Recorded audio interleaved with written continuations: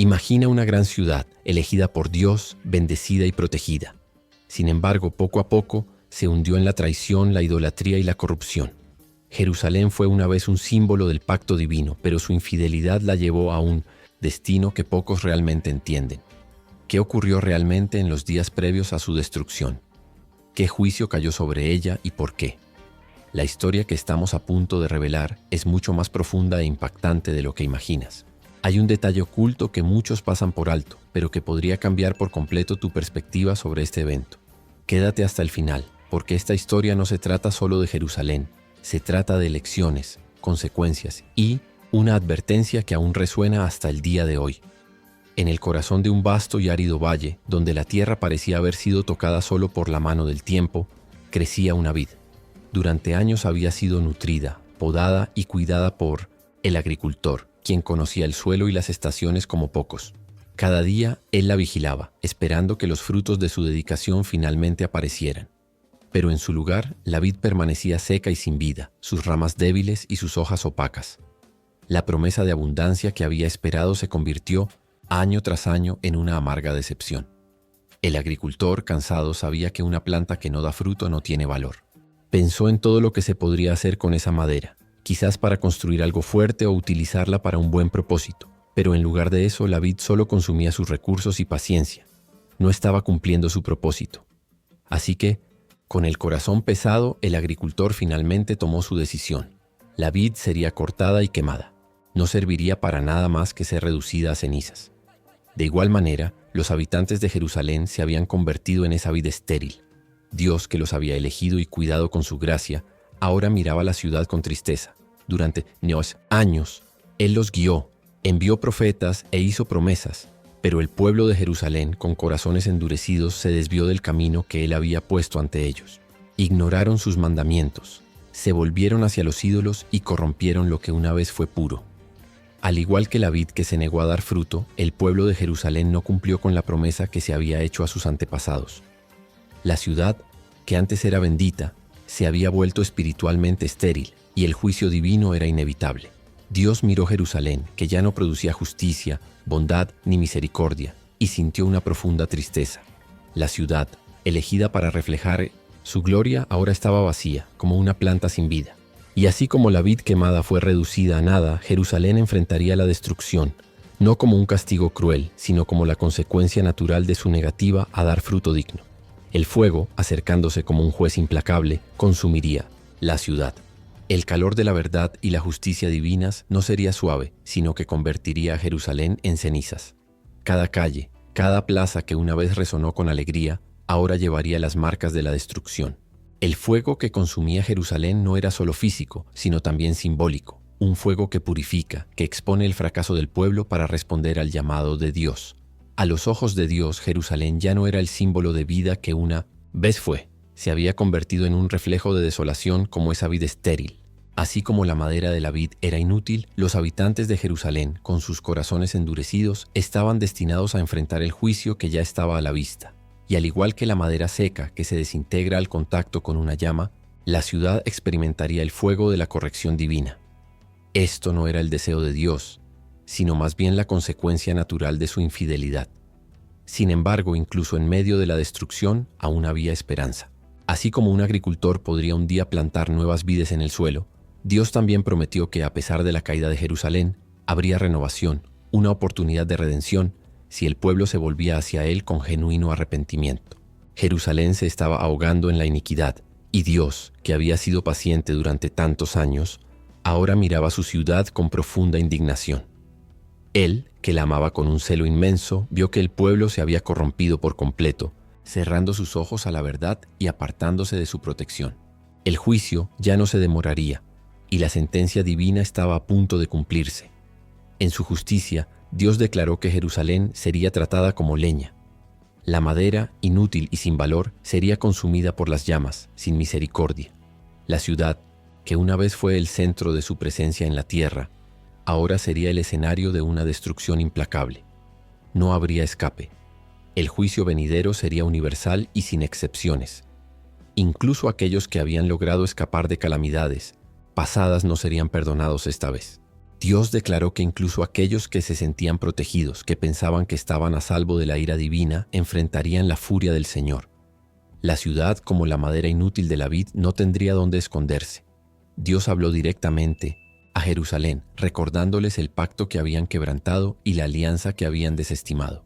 Sus pecados, como brasas ardientes, se habían acumulado y extendido, consumiendo todo a su alrededor. El pueblo de Jerusalén, en su insaciable búsqueda de poder y adoración de dioses extranjeros, había abandonado todo lo bueno que se les había dado. La ciudad que antes florecía ahora estaba desolada e inmersa en tinieblas. La infidelidad del pueblo hacía inevitable el castigo divino. Los habitantes de Jerusalén, que durante tanto tiempo habían vivido en arrogancia, ahora se encontraban rodeados por una cruel realidad. La protección de Dios, que antes los había resguardado, ahora había sido retirada, y el fuego del juicio se acercaba sin piedad. El Señor en su ira no haría distinción entre aquellos que se consideraban justos y aquellos que habían abrazado por completo la corrupción. El tiempo para el arrepentimiento ya había pasado, y el juicio serviría como ejemplo para todas las naciones. Los cielos, que antes fueron testigos de milagros y promesas, ahora estaban a punto de desatar una tormenta de justicia sobre la ciudad, y el pueblo, que había olvidado al único que los había levantado de la miseria y el abandono, se encontraría ahora al amanecer de un destino trágico.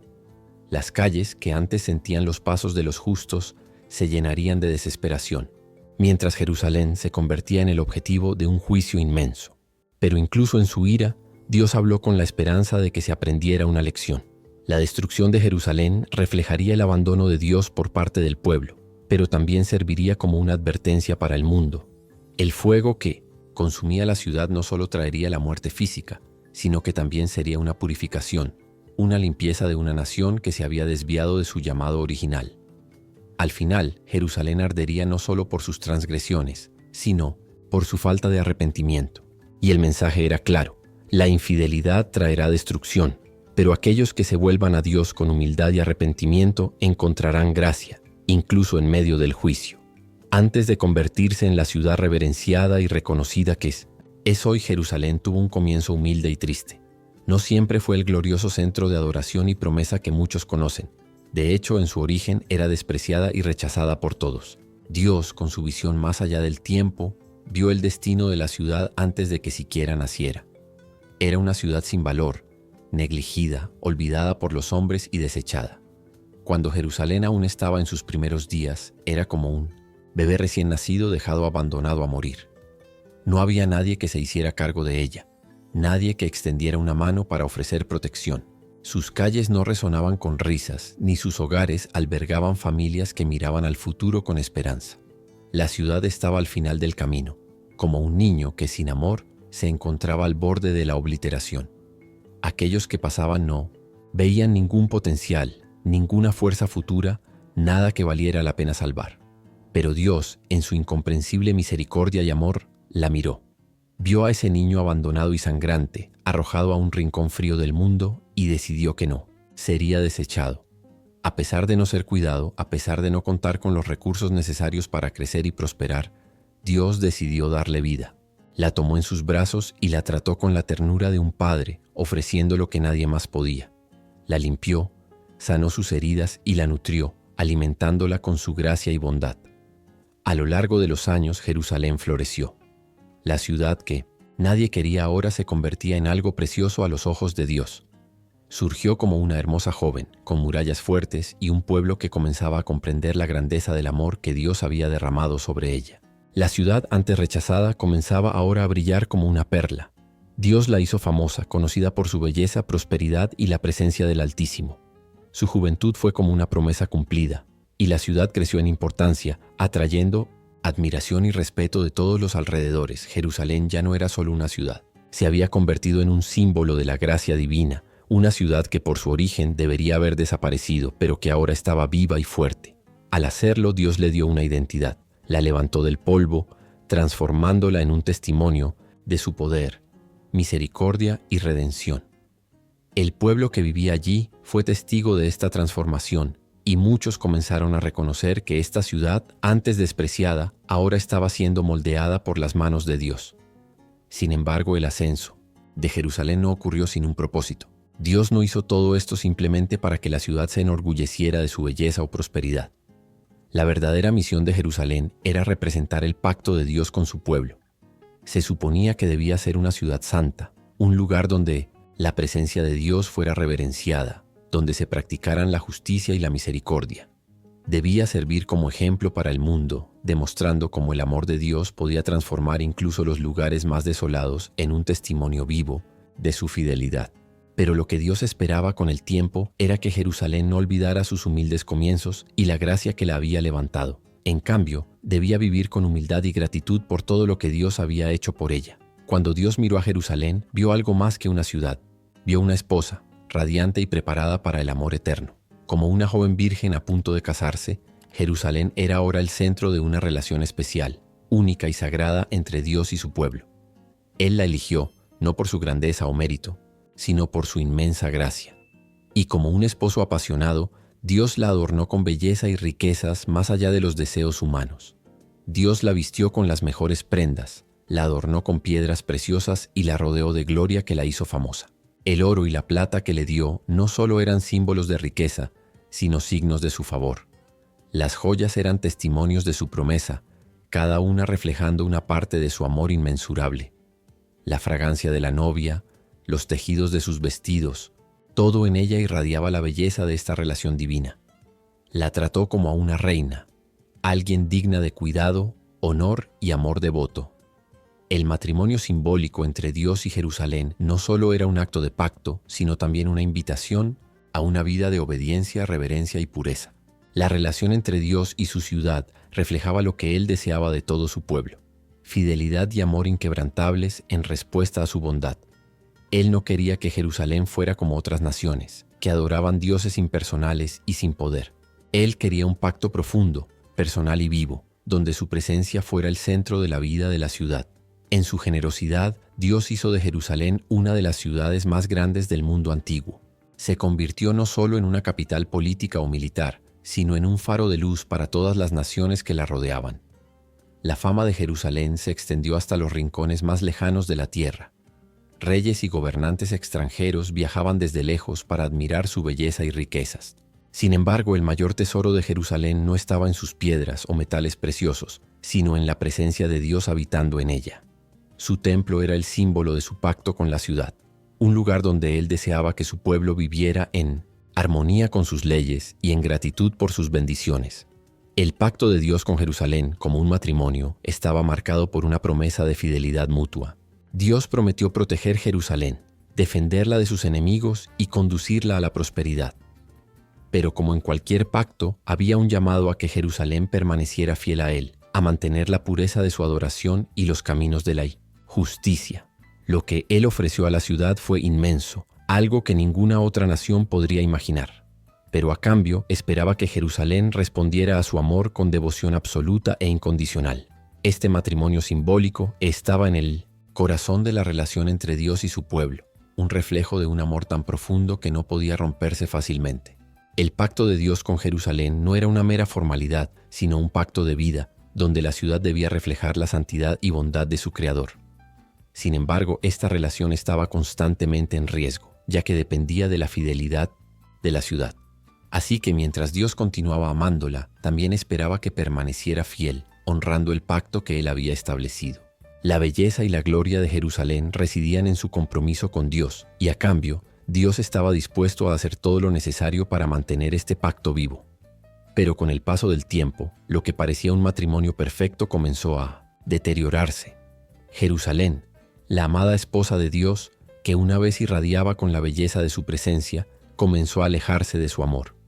La ciudad, adornada con todas las bendiciones de Dios, permitió que otros amores la sedujeran, otros dioses, que ofrecían promesas vacías e ilusiones de poder.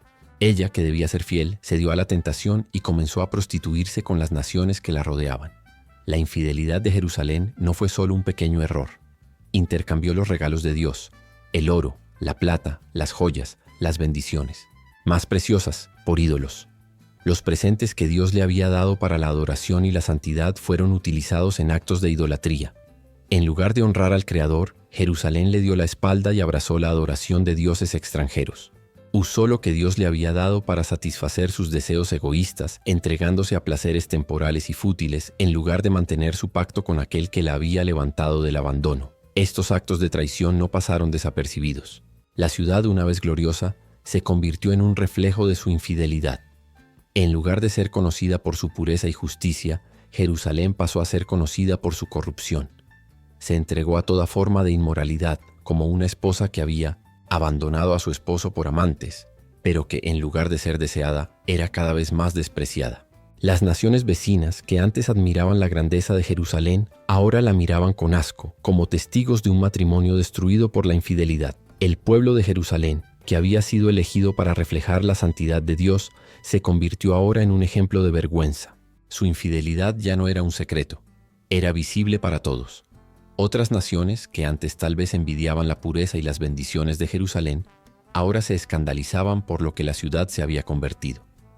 Los mismos habitantes de Jerusalén eran ciegos a su corrupción, creyendo que podían seguir viviendo como si nada hubiera cambiado, ignorando el hecho de que habían roto su pacto con su Dios. Dios, como un esposo traicionado, lo vio todo con profunda tristeza e indignación justa. Los había elegido, los había protegido y cuidado con esmero. Pero ahora veía cómo la ciudad que había llamado su esposa se sumergía en un abismo de pecado. Su paciencia se estaba agotando. Las bendiciones de Dios no debían ser disfrutadas egoístamente ni utilizadas en la adoración de ídolos. Las promesas de prosperidad y protección dependían de la obediencia, y Jerusalén había violado esa confianza repetidamente. El matrimonio, que una vez representó la unión sagrada entre Dios y su ciudad, se había convertido en un amargo recordatorio de cómo la infidelidad puede destruir incluso los pactos más hermosos. Y como sucede con toda traición, las consecuencias eran inevitables. El amor de Dios, aunque aún presente, ahora estaba marcado por la indignación. La ciudad que antes tenía todo, ahora enfrentaba el peso del juicio divino que se acercaba rápidamente. El futuro de Jerusalén parecía incierto, y la carga de su corrupción estaba a punto de ser revelada, con severas consecuencias por su infidelidad. Jerusalén, una vez elegida para ser la joya preciosa de Dios, continuó por un camino oscuro y cada vez más depravado. La corrupción de la ciudad no solo era espiritual, sino que se manifestaba de formas grotescas y perturbadoras. En su desesperada búsqueda de poder y favor divino de dioses extranjeros, Jerusalén no se conformó con la mera idolatría. Comenzó a sacrificar algo aún más precioso que los regalos de Dios, sus propios hijos. El horror que se desvelaba en las colinas de Jerusalén no podía ser ignorado. Los padres que una vez habían dedicado alegremente a sus hijos a Dios, ahora los ofrecían a Moloc y a otros ídolos cananeos, quemándolos vivos en macabros sacrificios. La ciudad, que debía reflejar la gracia y bondad de Dios, se había convertido en un lugar donde se quitaban las vidas de los inocentes en una desesperada búsqueda de poder y seguridad. Lo que antes fueron prácticas sagradas y puras, ahora se habían convertido en actos de crueldad y traición. Dios, que había bendecido a Jerusalén con su presencia, ahora era testigo de la desesperación y la depravación de aquellos a quienes él había elegido. Recordó cuando la ciudad había sido abandonada y manchada de sangre antes de su toque misericordioso. Él la había levantado, le había dado vida y la había hecho florecer. Pero ahora, la ciudad que él amaba se sumergía en una perversión aún mayor, traicionándolo de maneras indescriptibles. El pecado de Jerusalén ya no se limitaba a la adoración de ídolos. Ahora ofrecía a sus propios hijos en un acto de desesperación y corrupción tan vil que incluso las naciones paganas se escandalizaban. Los gritos de los niños quemados resonaban en los cielos, y Dios ya no podía mirar la ciudad sin sentir el profundo dolor de un padre traicionado y angustiado. Recordaba cómo en su misericordia había hecho que Jerusalén creciera y prosperara. Pero su pecado se había acumulado como una montaña de iniquidad, arrastrando a la ciudad aún más profundo en un abismo de corrupción. Ya no había vergüenza. Jerusalén ya no se sonrojaba por sus transgresiones. En su ceguera, creía que estos sacrificios paganos podían de alguna manera apaciguar la ira de los dioses falsos. El pecado de Jerusalén no pasó desapercibido. Dios, cuya justicia es imparcial, observaba con indignación justa la creciente corrupción. Lo que antes había sido un símbolo de esperanza, una señal del favor divino, ahora se había convertido en un reflejo de un pueblo que había perdido su identidad y propósito.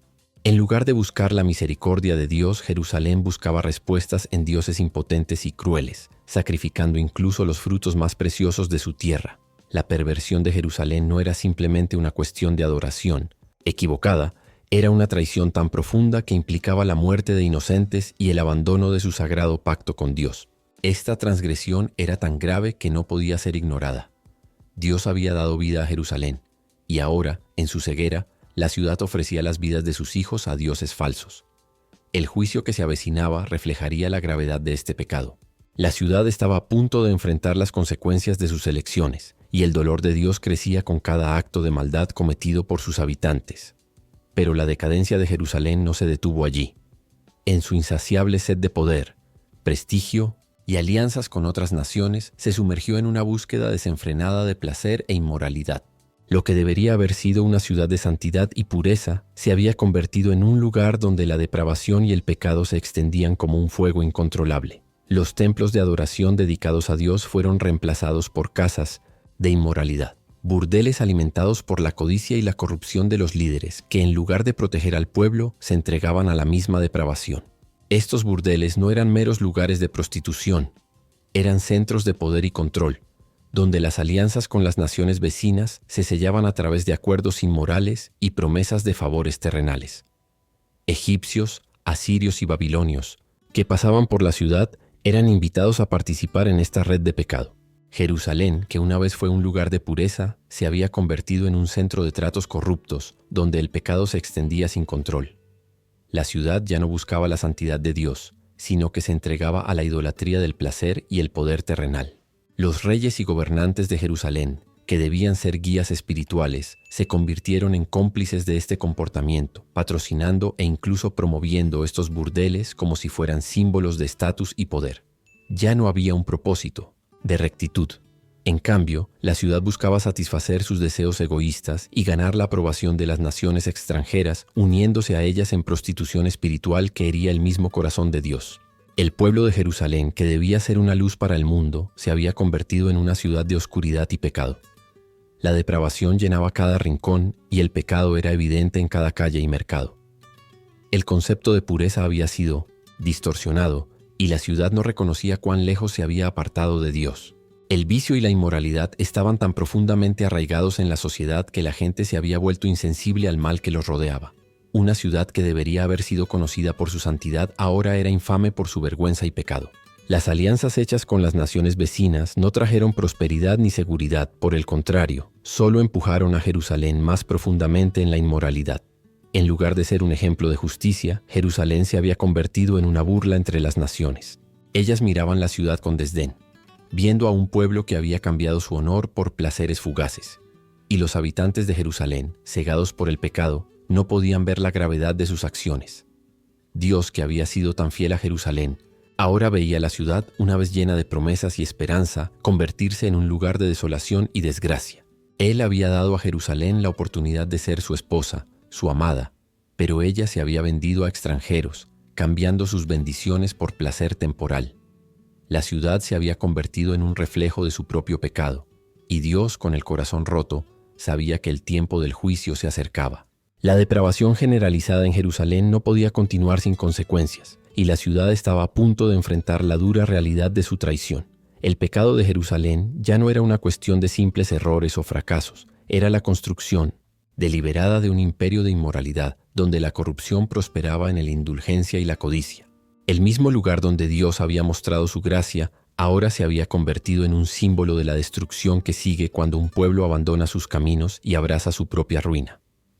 La depravación de Jerusalén alcanzó niveles aún más absurdos. En su insaciable búsqueda de placer y poder, la ciudad no solo se entregó a la prostitución como práctica común, sino que invirtió completamente los roles. A diferencia de las prostitutas comunes que vendían su cuerpo por ganancias, Jerusalén pagaba a sus amantes para que pecaran con ella. Este comportamiento antinatural y grotesco hizo que la ciudad fuera aún más irreconocible. Se había convertido en un reflejo de la perversión absoluta, donde la vergüenza y la dignidad ya no existían. Jerusalén se entregó a la inmoralidad tan imprudentemente que parecía no haber límite para su degradación. En su ceguera, la ciudad buscaba la aprobación de reyes y gobernantes extranjeros, pero en lugar de recibir sus bendiciones, les dio su posesión más preciosa, su propia alma. Jerusalén pagó por los favores de estas naciones, que a cambio explotaron su vulnerabilidad, aprovechándose de su debilidad para su propio beneficio.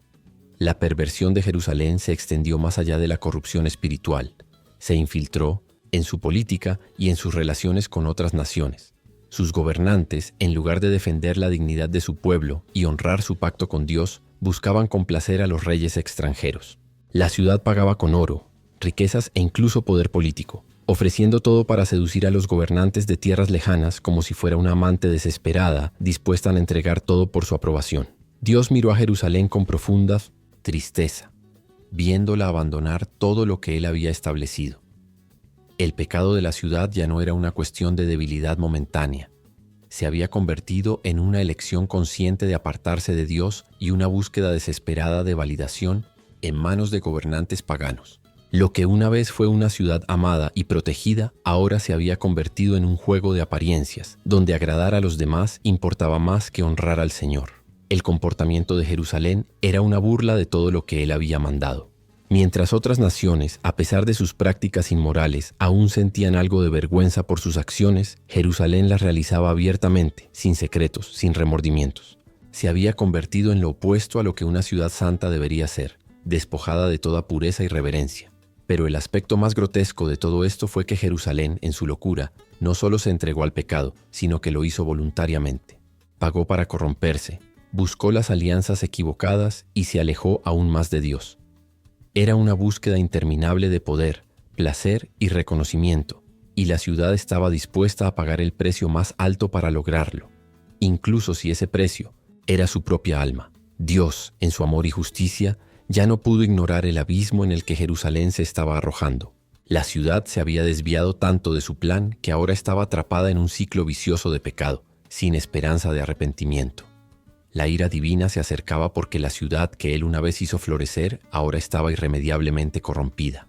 Y la trágica realidad era que Jerusalén, en su ceguera, parecía no ser consciente del abismo que estaba cavando bajo sus propios pies. La paz que una vez reinó sobre Jerusalén había sido reemplazada por el sonido del juicio que se acercaba. Las naciones que la ciudad había buscado desesperadamente complacer e incluso pagado para alinearse con ellas, ahora vendrían como jueces implacables. Dios, en su justicia, había decidido reunir a todas las naciones con las que Jerusalén se había contaminado. El momento había llegado para enfrentar las consecuencias de sus pecados. Jerusalén, acostumbrada a vivir bajo la ilusión de que podía controlar su propio destino, ahora enfrentaba una dura realidad. Sus alianzas inmorales no habían traído paz sino destrucción. Las naciones que antes consideraba aliados poderosos ahora se convertirían en los instrumentos de su caída. Babilonios, egipcios y asirios, que en su momento fueron sus amantes y socios temporales, ahora serían sus verdugos. La furia divina descendería sobre la ciudad como un manto de fuego. La ciudad que antes brillaba con el esplendor de su pacto con Dios sería reducida a la desolación. Los burdeles que simbolizaban su prostitución espiritual serían reducidos a cenizas. La paz, riqueza y los tesoros que Jerusalén había acumulado y utilizado para corromperse serían saqueados y destruidos. Nadie escaparía al juicio divino, pues toda la ciudad sería expuesta como la deshonra en la que se había convertido. Así, Jerusalén sería expuesta públicamente, no como una ciudad de grandeza y honor, sino como una ciudad caída y corrupta que se había apartado por completo del camino que Dios le había señalado. Las naciones circundantes, al ver su destrucción desde lejos, serían testigos del poder de Dios y de la justicia que Él traería sobre aquellos que se apartaran de sus mandamientos. El castigo de Jerusalén no sería rápido ni superficial. La ciudad que se entregó a la idolatría y al placer mundano cosecharía ahora la amarga cosecha de sus decisiones. El sufrimiento sería profundo e implacable, pues Dios no podría ignorar el mal que la ciudad había infligido, no solo sobre sí misma, sino también sobre las otras naciones que había arrastrado a la corrupción. Dios, en su juicio, no actuaría por capricho. No permitiría que Jerusalén escapara sin castigo. La destrucción no solo serviría como castigo para la ciudad, sino como una lección para todas las naciones, demostrando que la inmoralidad, la idolatría y el apartarse de Dios nunca quedan sin consecuencias. La ciudad de Jerusalén, antes exaltada, sería ahora destruida para que todos supieran que la desobediencia a Dios no queda sin respuesta. Sin embargo, como ocurre en todos los casos donde el pecado se encuentra con el juicio, aún existía la oportunidad de arrepentimiento. Para Jerusalén no era demasiado tarde, pero el tiempo se agotaba. La justicia divina se cumpliría, y la ciudad sería purificada a través del juicio para que en el futuro pudiera surgir una nueva oportunidad de restauración. Pero el costo sería alto y las llamas del juicio consumirían todo lo impuro hasta que la ciudad quedara completamente limpia de su corrupción. El cielo, que antes reflejaba la misericordia de Dios, ahora estaba cubierto de nubes oscuras y tormentosas. La furia del Señor cayó sobre Jerusalén con una intensidad nunca antes vista. La ciudad, antes la joya de su reino, ahora soportaba todo el peso de su juicio implacable. La arrogancia de Jerusalén, alimentada por la ilusión de que nada podría destruirla, ahora se encontraba cara a cara con la ira divina. Dios, en su indignación, habló con palabras tan afiladas como una espada cortando la carne. Declaró que la ciudad que en su momento fue elegida para ser su esposa, ahora se había convertido en una vil prostituta, sin vergüenza ni arrepentimiento. Su infidelidad ya no sería perdonada. El castigo que se avecinaba purificaría a Jerusalén de su corrupción, un castigo destinado a restaurar la justicia y erradicar el pecado en el que se había convertido. La furia de Dios no sería una llama fugaz, sino un fuego inextinguible que consumiría todo lo impuro. Lo que una vez fue riquezas y honor se convertiría en cenizas, y los palacios donde el pecado se había celebrado se derrumbarían en ruinas. Jerusalén sería públicamente humillada, y todos serían testigos de la deshonra de la ciudad que había abandonado a su Creador. Aquella ciudad que una vez se enorgullecía de su belleza y poder, ahora sería una ciudad desfigurada, ridiculizada por las naciones a su alrededor. Dios ya no toleraría la idolatría, la prostitución espiritual y el pecado descarado. La ciudad, que antes era un faro de luz, ahora se vería envuelta en tinieblas. Sin embargo, el sufrimiento que se avecinaba no era un acto de venganza ciega, sino un proceso necesario para la purificación de Jerusalén. El fuego del juicio quemaría cada impureza hasta que no quedara rastro de corrupción, pero el castigo de Dios no se limitaría al sufrimiento inmediato, serviría como ejemplo para todas las naciones. Él quería que el mundo entendiera que el pecado, aunque oculto por un tiempo, finalmente sería expuesto y destruido. Las naciones que se habían unido a la prostitución espiritual de Jerusalén compartirían su destino, pues aquellos que habían hecho pactos con ella serían arrastrados al mismo abismo. A pesar de su indignación, Dios sabía que, para que Jerusalén fuera restaurada, el sufrimiento era parte del proceso. Él no abandonaría la ciudad para siempre, pero su purificación requeriría sacrificio y lágrimas. Solo después de haber sido quemada en su juicio, podría quizás resurgir y reconstruirse sobre los cimientos de la verdad y la justicia. El fuego divino que consumía Jerusalén no era simplemente una señal de destrucción, sino una promesa de renovación, una promesa de que la justicia prevalecería. Dios no deseaba sufrimiento eterno para la ciudad, pero su furia no cesaría, hasta que el mal fuera erradicado y la justicia restaurada. El camino hacia la purificación sería doloroso, pero necesario. Y así, con una ira incontenible, Jerusalén enfrentó toda la fuerza de la justicia de Dios, un fuego que quemaría todo lo podrido para que tal vez lo que quedara pudiera ser algo nuevo, renovado y listo para abrazar la gracia divina nuevamente. Los vientos de la indignación que barrían Jerusalén no perdonaron ningún corazón endurecido. Y ahora, el Señor, al mirar la ciudad, hizo una reflexión dolorosa. Jerusalén ya no era la ciudad que Él había elegido, ni la nación que había bendecido con su pacto. Se había convertido en un grotesco reflejo de su madre, las naciones paganas con las que se había corrompido. En su sabiduría, Dios usó un antiguo proverbio para describir la trágica realidad de Jerusalén, como madre, como hija. La ciudad que antes se enorgullecía de su linaje y su conexión con el Todopoderoso, ahora mostraba los mismos vicios que las naciones que en su momento fueron sus enemigas.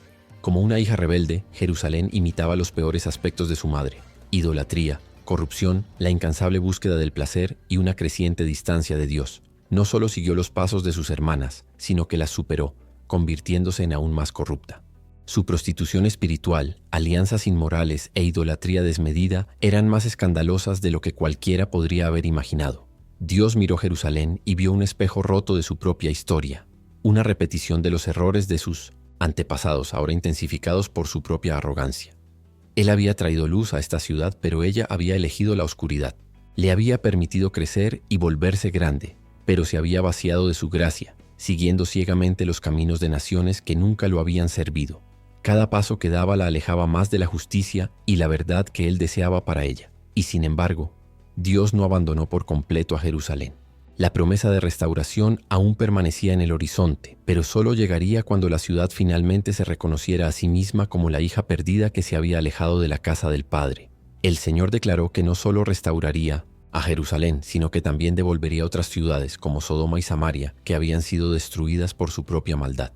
Incluso en medio del juicio había una esperanza de renovación. Pero para que esa renovación ocurriera, Jerusalén primero debía reconocer que, como madre, como hija, y que la corrupción que ahora mostraba era solo un reflejo de sus propias decisiones. Lo que parecía una condena absoluta también llevaba consigo un toque de misericordia. La ciudad, al enfrentarse a su propia infidelidad, tendría la oportunidad de arrepentirse y comenzar de nuevo, lejos de las sombras de las naciones que la habían desviado. Dios no había renunciado a Jerusalén.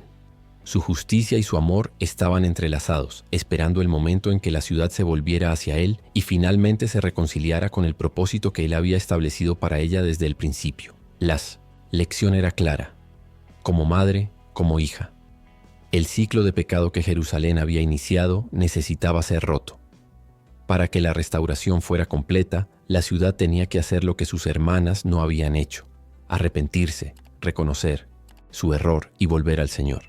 Cuando eso sucediera, la restauración sería más gloriosa que cualquier cosa que Jerusalén hubiera conocido, y volvería a ser la preciosa joya de Dios, no por su propia gloria, sino por la gracia y la misericordia que Él derramaría sobre ella. La destrucción de Sodoma todavía resonaba en las mentes de las naciones, una historia de pecado y orgullo, que se había convertido en un símbolo de corrupción extrema. En su sabiduría, Dios destruyó la ciudad por su arrogancia, falta de compasión y negativa a arrepentirse. Sodoma ignoró las advertencias divinas y su caída fue tan completa que incluso la misericordia de Dios no pudo evitar su fin. Pero ahora, al mirar a Jerusalén, Dios hizo una comparación que ningún corazón podría ignorar. Jerusalén, su ciudad elegida, se había vuelto aún más malvada que Sodoma. La ciudad que alguna vez representó su pacto y presencia en la tierra, ahora mostraba los mismos vicios, y aún peores. Sodoma, con su pereza y autoindulgencia, se había hundido en la decadencia moral, pero Jerusalén había ido aún más allá, entregándose al pecado más de lo que las naciones paganas jamás habían imaginado. Su idolatría no conocía límites, y su orgullo había crecido más que el de cualquier otra nación. Cuando Dios miró a Jerusalén, ya no vio la amada ciudad que Él había elegido para ser luz para las naciones. En su lugar, vio una ciudad que, a pesar de su gloriosa historia, había caído en los mismos fracasos que llevaron a la caída de Sodoma. La comparación fue dura, pero justa. Al igual que Sodoma, Jerusalén había rechazado el llamado de Dios, cambiando la adoración verdadera por dioses falsos y prácticas inmorales. Se había convertido en la más grande de todas las pecadoras, más depravada que sus hermanas Samaria y Sodoma, que también habían sido destruidas por la justicia divina. Sin embargo, en este momento oscuro, Dios hizo algo inesperado. Reveló que a pesar de toda la corrupción de Jerusalén, aún ofrecía una oportunidad para la redención. La ciudad no estaba condenada a la destrucción eterna como Sodoma, pero tendría que pasar por el fuego del juicio para ser purificada. La pena llegaría sin lugar a dudas, pero aún había esperanza. La promesa de restauración permanecía intacta, aunque Jerusalén tendría que humillarse, reconocer su pecado y volver sinceramente a Dios. Al comparar Jerusalén con Sodoma, Dios no solo revelaba la profundidad del pecado de la ciudad, sino también la profundidad de su paciencia y misericordia. Él no deseaba destruir Jerusalén, pero al igual que lo hizo con Sodoma, la expondría a su propia corrupción para que finalmente viera su necesidad de arrepentimiento verdadero. Solo cuando la ciudad se reconociera como la mayor de todas las pecadoras, podría experimentar la restauración que Dios estaba dispuesto a ofrecer. El mensaje era claro. No importaba cuán grande fuera la caída, siempre había esperanza para la renovación. Pero esa renovación solo llegaría a través de la humildad, el arrepentimiento genuino y el regreso a la adoración del verdadero Dios. Jerusalén tenía que aprender lo que Sodoma no pudo entender, que la verdadera justicia no proviene de la fuerza o el orgullo, sino de la humildad ante Dios. Si la ciudad se arrepentía, la misericordia de Dios se manifestaría, trayendo no solo restauración, sino también un nuevo comienzo. La ciudad de Jerusalén, alguna vez exaltada como el lugar de morada de Dios en la tierra, ahora se encontraba al borde de la caída más humillante. Se había desviado de todo lo que Dios había planeado para ella, y el precio de su rebelión estaba a punto de ser pagado en su totalidad. En su justicia, el Señor declaró que Jerusalén sería avergonzada ante todas las naciones. Lo que una vez fue fuente de orgullo y reverencia, ahora se convertiría en objeto de burla. Su nombre, que una vez fue sinónimo de gloria, ahora se convertiría en un símbolo de deshonra. Las naciones vecinas que antes temían la fuerza y santidad de Jerusalén, ahora la veían bajo una luz completamente diferente. Su arrogancia, alianzas inmorales, idolatría desenfrenada y profunda corrupción la habían convertido en una mera sombra de lo que había sido. El orgullo que Jerusalén alguna vez mostró en su estatus elevado sería revertido. La ciudad que antes se consideraba más allá de reproches, ahora se encontraría expuesta a la vergüenza de sus acciones, y el castigo de Jerusalén no sería solo una humillación temporal. La ciudad se convertiría en el blanco del escarnio y la burla de las naciones a su alrededor. Los reyes y gobernantes que antes veneraban a Jerusalén ahora la despreciarían, riendo de su caída y disfrutando de su declive. Jerusalén, la ciudad del templo, la ciudad del pacto divino, ahora serviría como una advertencia para todos los que se enorgullecían de su propia justicia y poder.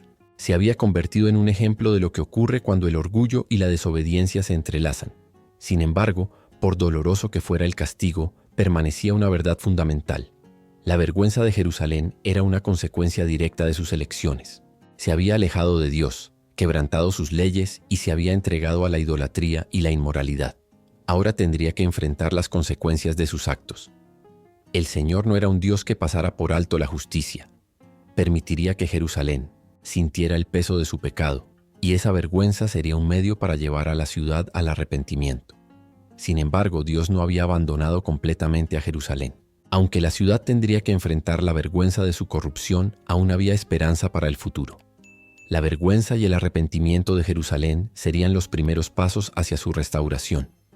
La ciudad tendría que humillarse, ante Dios reconocer la profundidad de su fracaso y volver a Él con un corazón sincero. Solo entonces el Señor comenzaría el proceso de renovación y restauración. La vergüenza de Jerusalén no sería su fin, sino el comienzo de un nuevo camino, en el que la ciudad, finalmente quebrantada y arrepentida, podría ser restaurada a la gloria que Dios siempre había planeado para ella. El destino de Jerusalén, aunque marcado por la deshonra, no estaba sellado. El Señor siempre estaba dispuesto a perdonar, restaurar y transformar.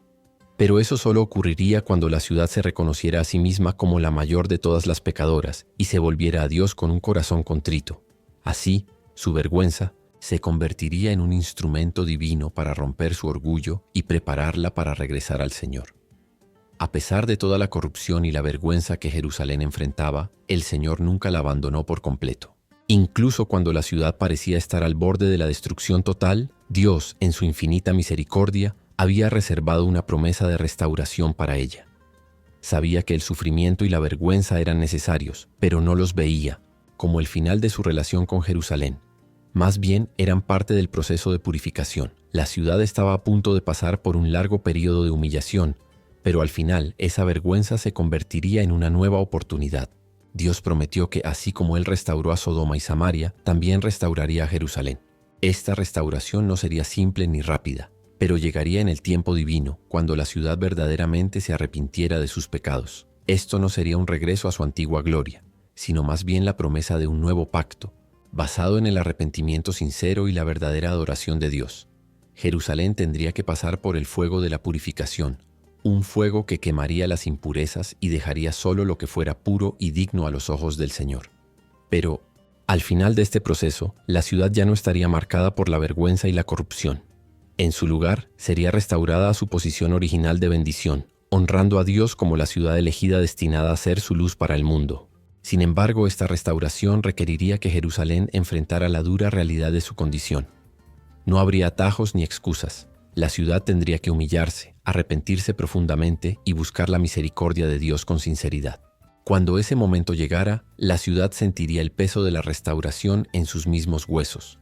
Una renovación que traería vida y esperanza a los que sobrevivieran al juicio divino. Dios prometió que Jerusalén se convertiría nuevamente en una ciudad de belleza, pero esta vez una verdadera belleza fundada en la justicia y obediencia a Él.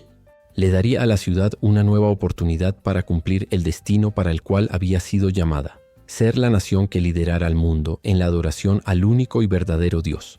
La promesa de restauración era más que una palabra de consuelo. Era un firme compromiso de que Dios no permitiría que su ciudad elegida pereciera para siempre.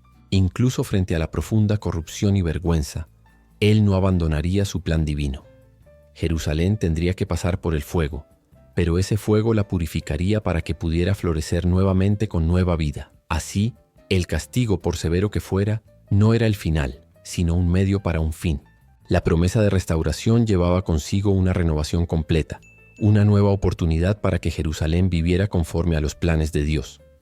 La ciudad, finalmente quebrantada y arrepentida, sería restaurada a su antigua gloria, y el pacto entre Dios y su pueblo sería renovado, no basado en su fortaleza o pureza, sino en su infinita gracia. La promesa de restauración de Dios para Jerusalén era más que solo una renovación de una antigua relación. Era el anuncio de un nuevo pacto, uno diferente a todo lo que Jerusalén había conocido antes. El antiguo pacto, establecido con Moisés, había sido repetidamente quebrantado por el pueblo de Jerusalén debido a su desobediencia e infidelidad. Pero ahora, en su infinita misericordia, Dios estaba preparando un nuevo pacto, uno que ya no se basaría en sacrificios animales ni en obras humanas, sino en la gracia y el arrepentimiento genuino. Este nuevo pacto sería eterno, inmutable, y estaría arraigado en el reconocimiento de Dios como el único Señor, sin reservas ni divisiones. Lo que Dios proponía a Jerusalén no era simplemente un contrato, sino un compromiso profundo, una relación transformadora en la que los corazones de las personas serían tocados directamente por el Espíritu de Dios. Renovaría las promesas hechas a los patriarcas mientras hacía una obra profunda en los corazones de los habitantes de Jerusalén. El arrepentimiento sincero sería la clave de este nuevo pacto. Ya no se trataría de realizar rituales religiosos o seguir reglas externas. Dios deseaba un cambio radical en el corazón, donde su pueblo no solo obedeciera sus mandamientos, sino que los amara y los deseara desde dentro. La verdadera adoración ya no sería solo una cuestión de apariencia o deber, sino una expresión genuina de amor y devoción a Dios.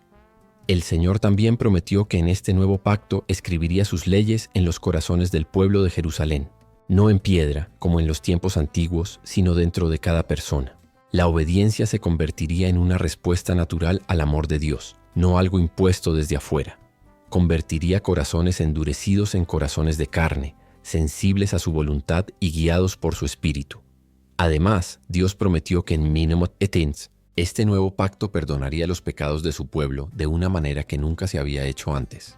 El sacrificio del Mesías, que vendría en el futuro lejano, pagaría el precio del pecado una vez y para siempre, ofreciendo a todos la oportunidad de ser perdonados y restaurados. Este sacrificio no sería un evento aislado, sino el fundamento de todo el nuevo pacto, estableciendo una relación personal y directa entre Dios y cada individuo que se arrepintiera y lo siguiera. Con este nuevo pacto, Jerusalén ya no sería solo una ciudad, sino un símbolo de la renovada relación entre Dios y la humanidad.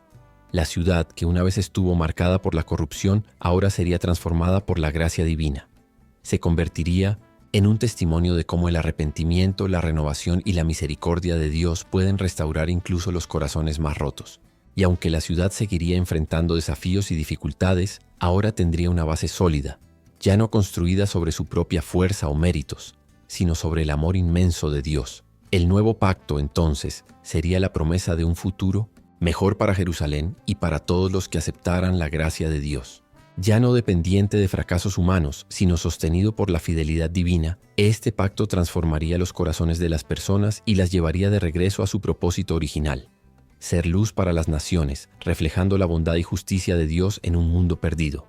Una mañana tranquila, mientras el viento soplaba suavemente sobre las colinas de Jerusalén, el Señor reveló una parábola que ilustraría vívidamente la crítica situación de Judá.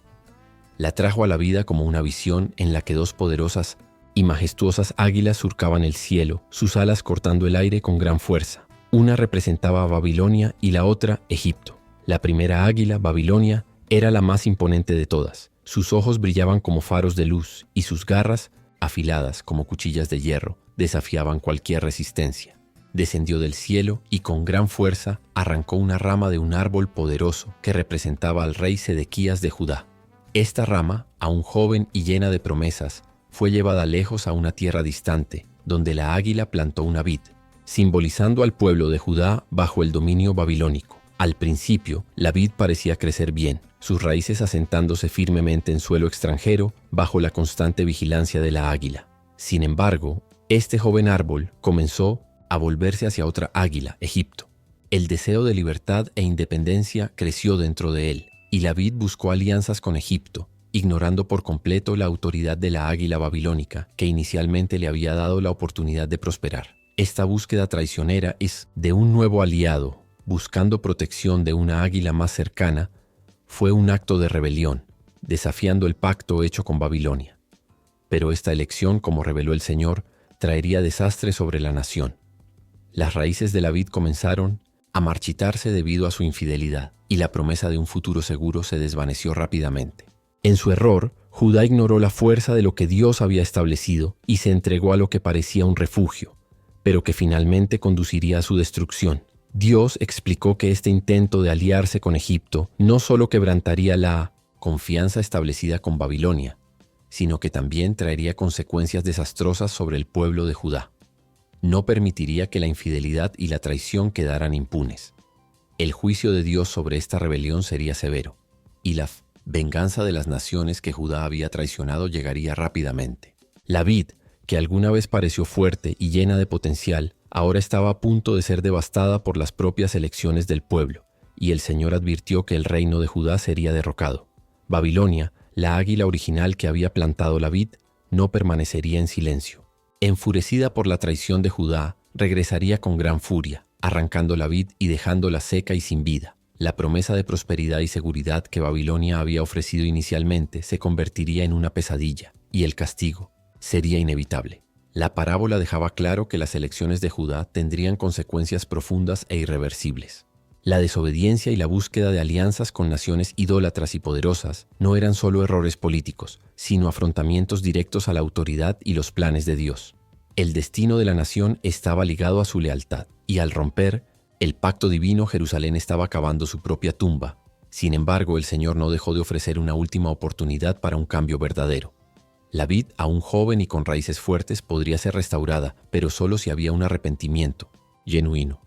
Dios reveló que si Judá se apartaba de sus malos caminos y renovaba su pacto con él, no solo los perdonaría y los libraría de la destrucción, sino que los haría más fuertes, más seguros y más prósperos de lo que jamás imaginaron. La elección estaba en manos de Judá.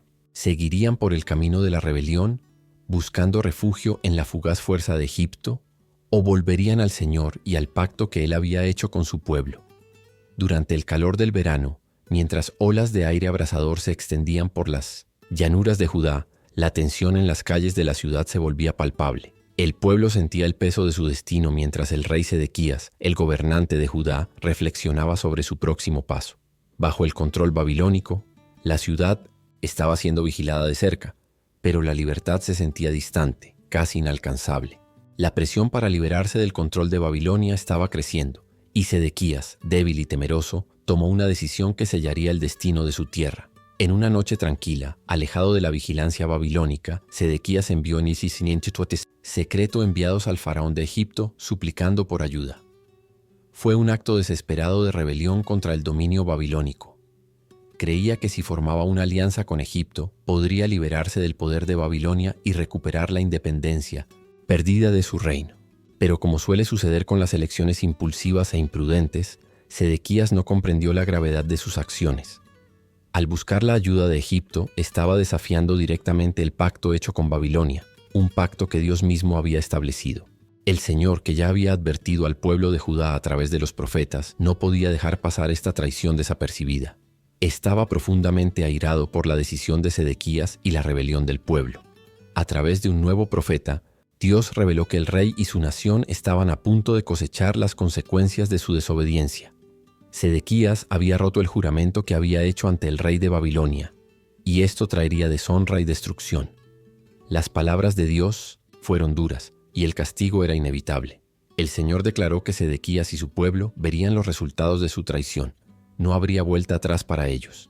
El rey de Judá, que una vez fue tratado con dignidad, ahora sería capturado y llevado a Babilonia como prisionero. Egipto, el aliado en quien Sedequías confiaba, sería incapaz de salvar a Judá. El faraón, incapaz de enfrentarse a la abrumadora fuerza de Babilonia, no haría nada para detener la destrucción que se avecinaba. El Señor reveló además que Jerusalén sería sitiada y sus murallas, antes símbolos de fortaleza y seguridad, serían derribadas. El hambre y la desesperación consumirían la ciudad, y aquellos que resistieran se encontrarían completamente impotentes ante las fuerzas de Babilonia.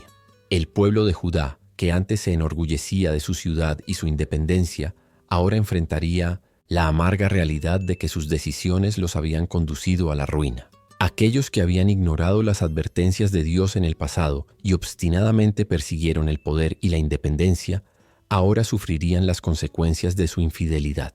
Dios les había dado tiempo y oportunidades para arrepentirse, pero eligieron seguir su camino de desobediencia. Como resultado, el castigo sería severo e implacable. La historia de Judá y su traición a Babilonia quedaría como un claro ejemplo para las generaciones futuras. El Señor, en su justicia, no dejaría el pecado sin castigar, y aquellos que se apartaran de sus instrucciones enfrentarían la destrucción. El rey Sedequías y el pueblo de Judá aprenderían por las malas que la verdadera libertad no venía de alianzas humanas, sino de la obediencia a Dios y a su voluntad. Sin embargo, incluso en el juicio, la misericordia de Dios permaneció. Continuó llamando a su pueblo al arrepentimiento, ofreciéndoles una oportunidad para restaurar el pacto. Pero el destino de Judá ya estaba sellado, y las consecuencias de su rebelión comenzaban a desarrollarse como una tragedia imparable. El amanecer en Jerusalén no trajo paz, solo un silencio inquietante.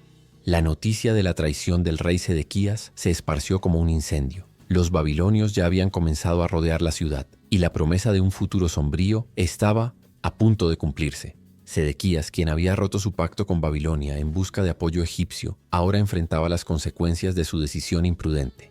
Las calles de Jerusalén estaban llenas de susurros, ansiedad y una sensación abrumadora de que algo irreversible estaba a punto de ocurrir. Sedequías, aislado en su palacio, observaba cómo las tropas babilonias se movían con rapidez y precisión implacables. Sabía que el poder militar de Babilonia era abrumador y que la ayuda de Egipto, en la que había puesto tanta esperanza, no era más que una ilusión. Las fuerzas egipcias no eran rival para la fuerza de Babilonia, y lo peor era que el faraón se había retirado sin querer intervenir. El rey de Judá ahora estaba a merced de Nabucodonosor, el rey de Babilonia, quien no perdonaría su traición. A medida que las fuerzas sitiadoras apretaban su cerco alrededor de la ciudad, Sedequías se encontraba sin ningún lugar al que acudir. El peso de su traición lo aplastaba. Miraba por la ventana de su palacio, observando el cielo sin estrellas, y la duda consumía su alma. ¿Debería intentar escapar o sería más sabio rendirse? En el fondo sabía que no importaba lo que hiciera, su destino ya estaba sellado. El Señor, en su justicia, ya había revelado que Sedequías no escaparía a las consecuencias de su desobediencia. El profeta Ezequiel, en una de sus visiones, declaró que Sedequías vería Babilonia desde lejos, pero nunca pondría pie en su tierra. La profecía era clara: el rey sería capturado, humillado, y Jerusalén sería destruida. Incluso si Sedequías intentaba huir, como muchos lo habían hecho en tiempos de guerra, sería capturado por los babilonios. Y así, en una noche oscura, el rey Sedequías, desesperado y temeroso, intentó escapar por una salida secreta en su palacio. Reunió una pequeña escolta y, bajo la protección de las sombras, se deslizó a través de las murallas de Jerusalén. Pero como se había predicho, su escape estaba condenado al fracaso. Los babilonios, que ya vigilaban de cerca la ciudad, lo capturaron antes de que pudiera llegar a un lugar seguro. Sedequías fue llevado ante Nabucodonosor, el poderoso rey de Babilonia. Lo que una vez parecía una amenaza lejana, ahora era su cruel realidad. El rey babilonio, con una mirada severa y una expresión implacable, ordenó que Sedequías fuera humillado públicamente. Los ojos del rey de Judá, llenos de agonía silenciosa, reflejaban la realización de que nunca regresaría a su tierra natal, y que su sueño de restaurar el reino de Israel se había desvanecido como un sueño perdido. Nabucodonosor, a su vez, decretó que los hijos de Sedequías fueran ejecutados ante sus ojos. Fue una forma cruel de hacer que el rey sintiera el peso de su pérdida, humillándolo de una manera irreparable. Después de eso, a Sedequías le arrancaron los ojos, un castigo que lo dejó completamente impotente y simbolizó la ceguera espiritual que mostró al romper su pacto con Babilonia y con Dios. Finalmente, Sedequías fue llevado a Babilonia, donde pasaría el resto de sus días en cautiverio, una sombra del hombre que alguna vez fue. El destino del rey traidor se convirtió en una triste advertencia para todos aquellos que, como él, pensaron que podían desafiar la voluntad de Dios y escapar de las consecuencias de sus acciones. Su arrepentimiento llegó demasiado tarde para salvar su ciudad, y su desesperada búsqueda de libertad a través de alianzas humanas lo condujo a un final trágico e inevitable. El pueblo de Jerusalén, que aún resistía la destrucción, ahora veía la confirmación de lo que Dios había proclamado. El rey, el líder que debería haberlos guiado con sabiduría y fidelidad, había fracasado miserablemente.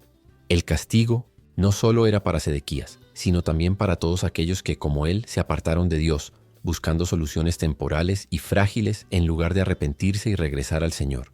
Y así, la historia de Sedequías llegó a su fin, una historia marcada por la traición, la desobediencia y la tragedia.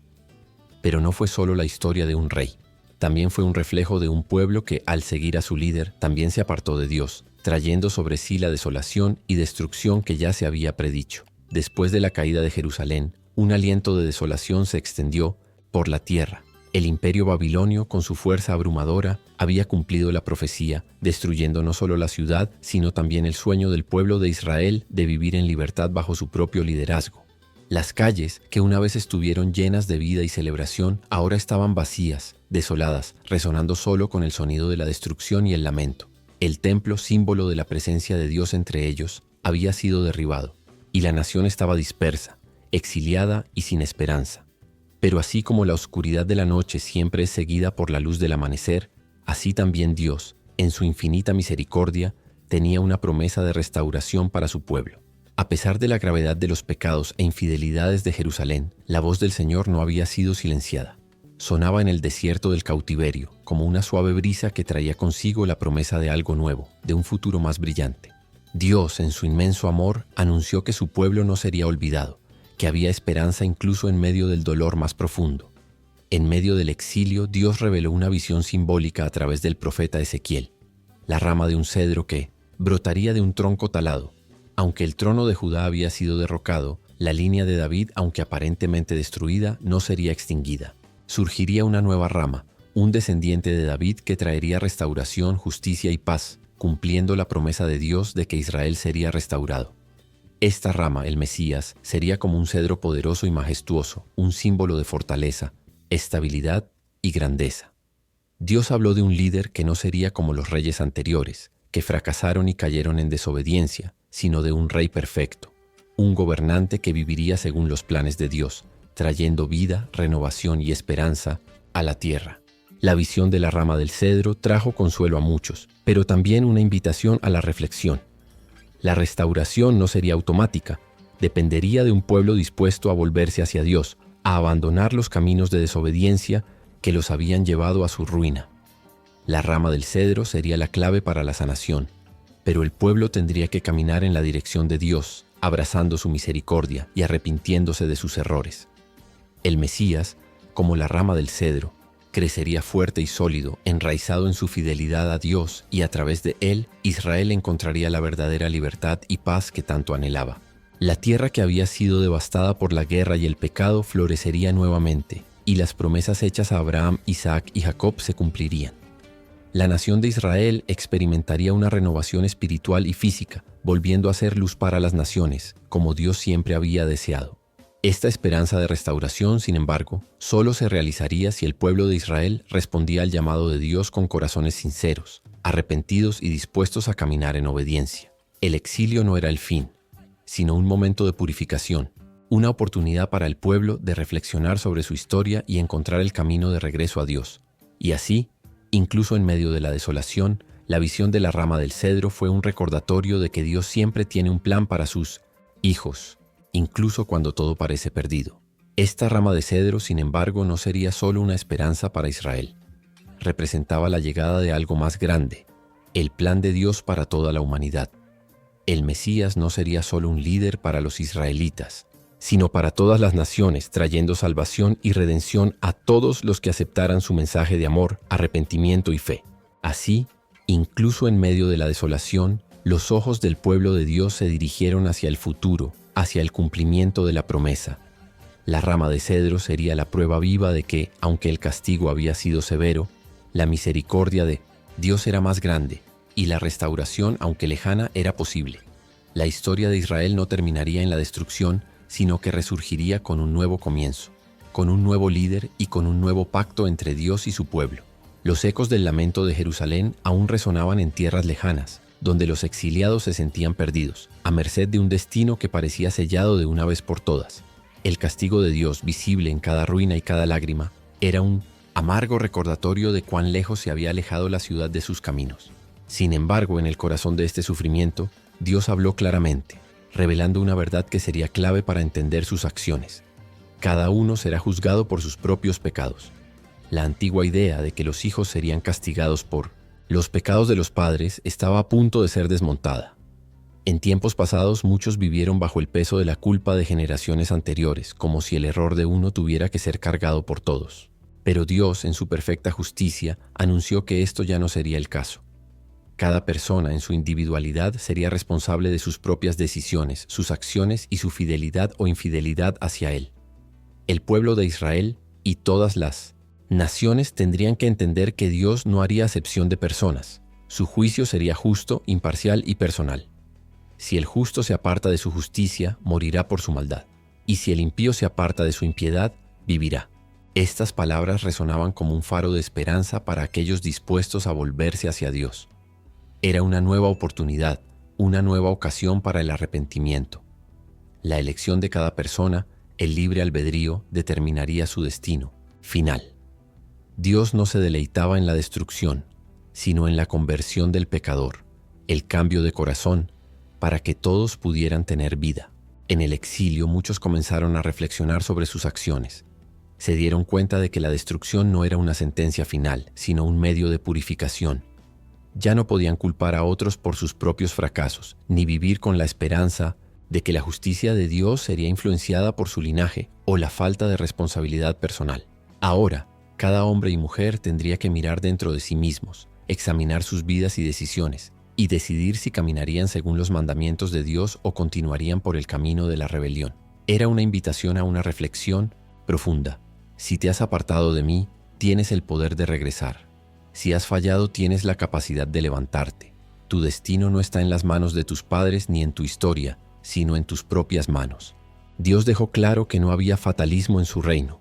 La justicia divina no era punitiva por capricho, sino una respuesta directa a la acción humana. La responsabilidad personal no podía ser ignorada ni descuidada. Para aquellos aún dispuestos a arrepentirse, había esperanza. La misericordia de Dios estaba siempre disponible para aquellos que se volvieran a Él con un corazón arrepentido. No importaba cuán grande fuera el pecado, ni cuán lejos alguien se hubiera desviado. Dios estaba listo para perdonar, restaurar y dar una nueva oportunidad. Sin embargo, para aquellos que seguían rechazando su voz, el castigo sería inevitable.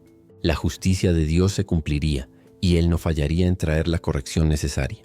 La ciudad de Jerusalén podría ser destruida, pero la lección que dejó sería eterna. La verdadera libertad llega cuando cada persona asume la responsabilidad de sus propias elecciones y se vuelve al Señor con sinceridad. Dios, en su perfecta justicia, nunca falla en cumplir sus promesas. Recompensaría la fidelidad y castigaría la iniquidad, pero siempre con la oportunidad de redención para aquellos que se arrepienten. Esta era la verdad que Dios quería que su pueblo entendiera, no solo en la práctica, sino en sus corazones.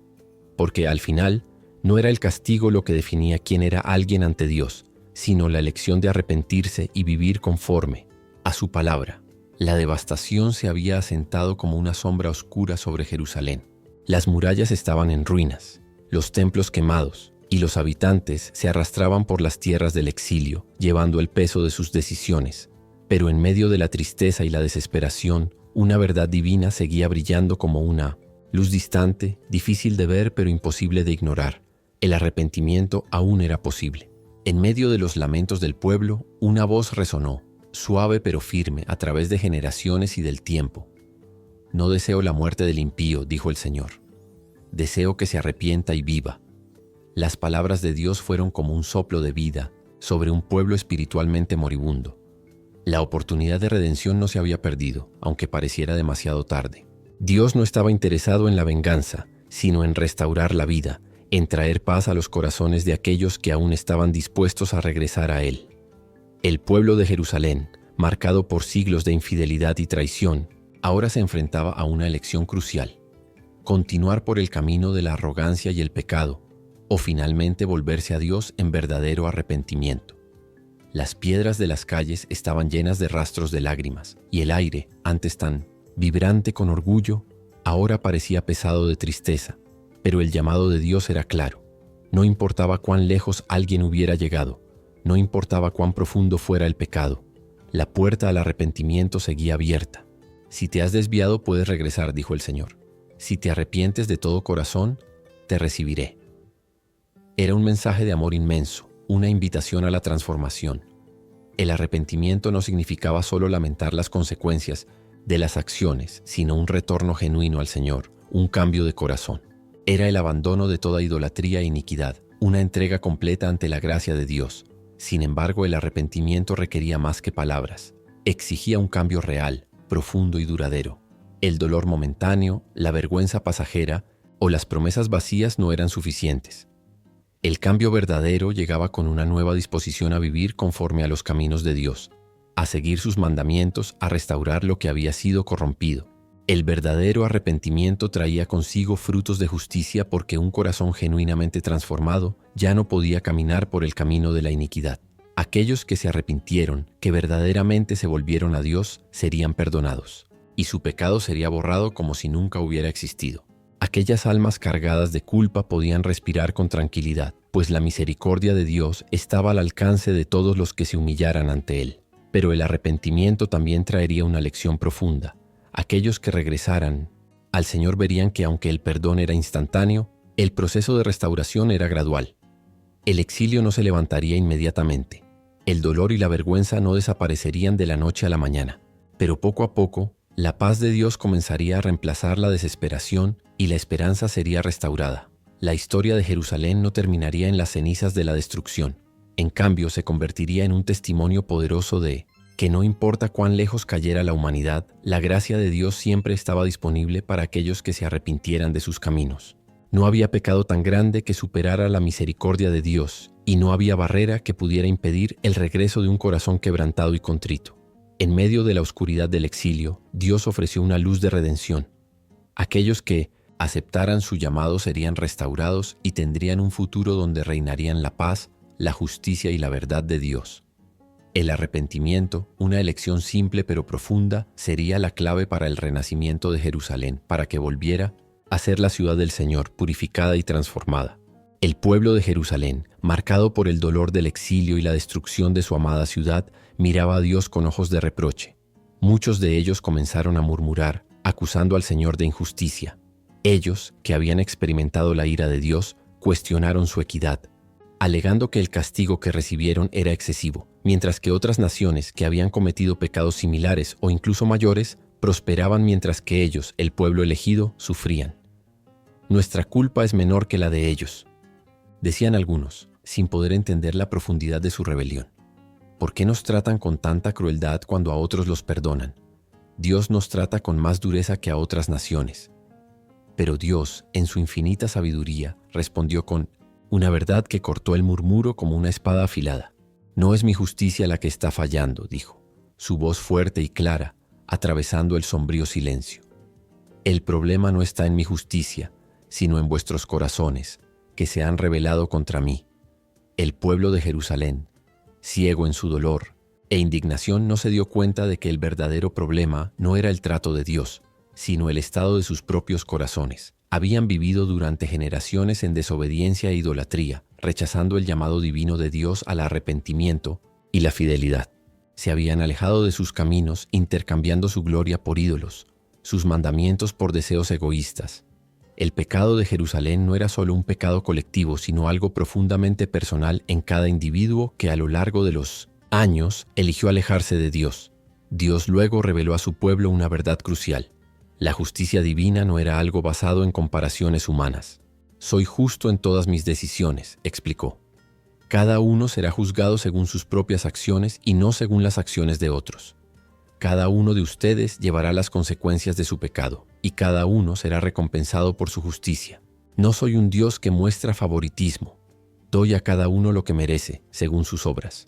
Este mensaje, aunque simple, caló hondo en los corazones de los israelitas.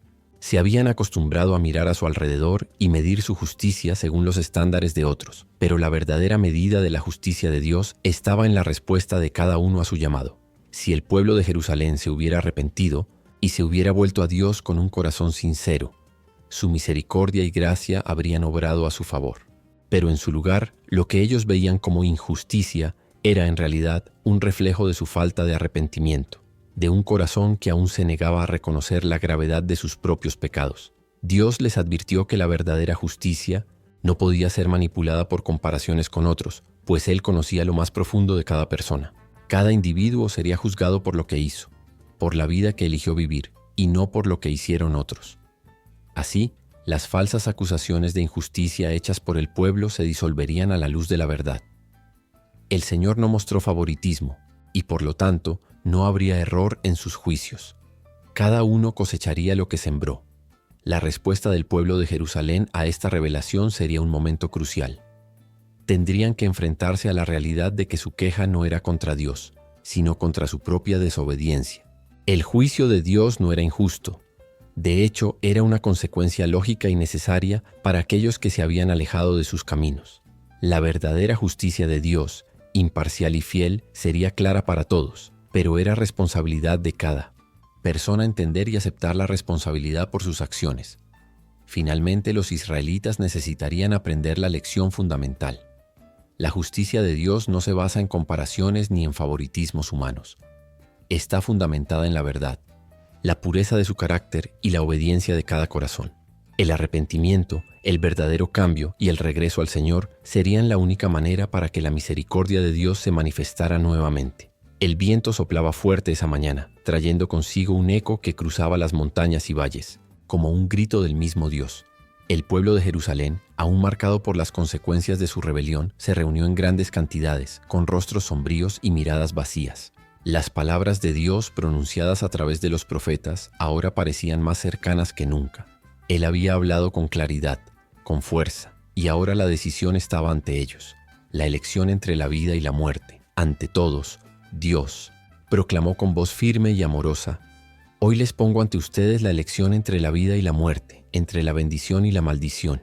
Si eligen seguir mis caminos, vivirán. Si eligen la desobediencia, enfrentarán la muerte». El pueblo, acostumbrado a ver sus propios pecados como una inevitabilidad, sintió el peso de las palabras de Dios en sus corazones. Muchos, aún cegados por el orgullo y la terquedad, resistieron la idea de que pudieran elegir un nuevo camino. Pero otros, movidos por la sinceridad y seriedad de la situación, comenzaron a sentir el peso de sus elecciones. La muerte, con todas sus consecuencias, parecía cercana. El exilio, la destrucción de Jerusalén y la separación de Dios estaban al acecho. Dios continuó, su poderosa voz elevándose por encima de la multitud. «He puesto ante ustedes la vida, mis mandamientos, la verdad y la misericordia. Si siguen mis caminos, la vida será abundante. Pero si eligen la muerte, el pecado y la separación de mí, la destrucción vendrá sobre ustedes». Era imposible ignorar la profundidad de estas palabras. Cada persona allí sabía que las decisiones que tomaran ahora determinarían el futuro de sus vidas y su nación. Las alternativas eran claras: una vida de prosperidad y paz o una existencia marcada por la ruina y la separación de Dios. La invitación estaba ante ellos, pero ahora dependía de cada uno decidir. No había más excusas, no más tiempo para arrepentimientos tardíos. La elección era ahora, justo en el corazón de Jerusalén, donde el cielo y la tierra parecían converger. «Elijan entonces», dijo Dios casi en un susurro, «la vida para que puedan vivir y también sus descendientes. Amen al Señor su Dios, escuchen su voz y aférrense a Él, porque la vida viene de mí, y en mí está la plenitud de todo lo que es bueno». Algunos del pueblo de Jerusalén comenzaron a sentir una débil chispa de esperanza reavivarse en sus corazones. Tal vez, después de tanto sufrimiento, todavía fuera posible revertir lo errado que habían hecho. Sin embargo, otros continuaron resistiéndose, desafiando el llamado divino, manteniéndose firmes en sus caminos pecaminosos. La lucha interna era feroz, y muchos se encontraron divididos entre la tentación de la indulgencia y el llamado a la justicia. «Pero la elección es vuestra», advirtió Dios. «No forzaré a nadie a elegir la vida. Pero sepan que si eligen el mal, la muerte los seguirá como una sombra implacable». La profunda verdad era esta: la vida y la muerte estaban en sus manos, y Dios no los forzaría a vivir. La muerte no era una imposición directa de Dios, sino el inevitable resultado de una vida separada de Él. La decisión sería tomada por sus propios corazones, que podían inclinarse o rebelarse. Y así, Ante todos, el pueblo de Jerusalén se encontró al umbral de la elección más importante de su historia. La vida que Dios prometió no era una vida sin desafíos, pero era una vida de fe, de obedecer sus mandamientos y a través de eso conocer la verdadera paz. La muerte, por otro lado, no era solo un fin físico, sino una muerte espiritual, una separación eterna del Creador. El eco de las palabras de Dios resonó en cada alma, esperando la respuesta. El tiempo se agotaba, y ahora solo quedaba una pregunta. ¿Elegiría el pueblo la vida o la muerte? La historia de Jerusalén se escribiría con la tinta de la obediencia o la destrucción. Las balanzas estaban equilibradas, pero el peso de cada elección, una vez más, recaía en cada individuo. Y así, con los corazones ardiendo y los ojos fijos en la promesa de restauración, el pueblo de Jerusalén se encontró ante el mayor desafío de todos, la verdadera elección entre vivir o morir.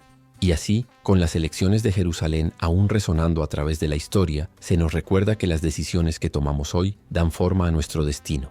La vida y la muerte no son solo palabras distantes, sino realidades que enfrentamos en cada momento. ¿Qué elegirás para tu vida? ¿Obediencia, paz y restauración o rebelión, separación y destrucción? Si esta historia te ha tocado y deseas reflexionar más sobre los caminos de la vida y la fe, deja tu comentario abajo.